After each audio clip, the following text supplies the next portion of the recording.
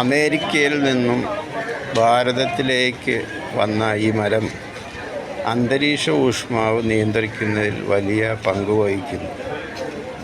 പടർന്ന് പന്തലിക്കുന്ന സ്വഭാവമുള്ള ഈ മരം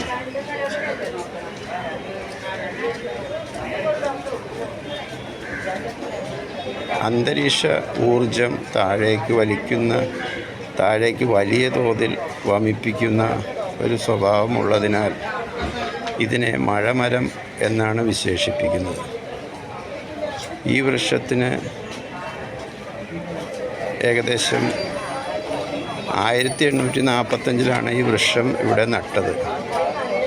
അനേകം ജീവജാലങ്ങളുടെ ആവാസ കേന്ദ്രമായ ഈ മരം എറണാകുളം ജനറൽ ഹോസ്പിറ്റലിൻ്റെ പരിസരത്താണ്, കോമ്പൗണ്ടിലാണ് നാം കാണുന്നത്.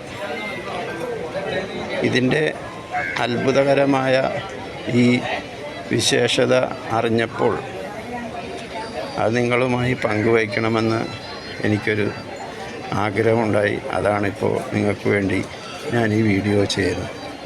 Okay, thank you.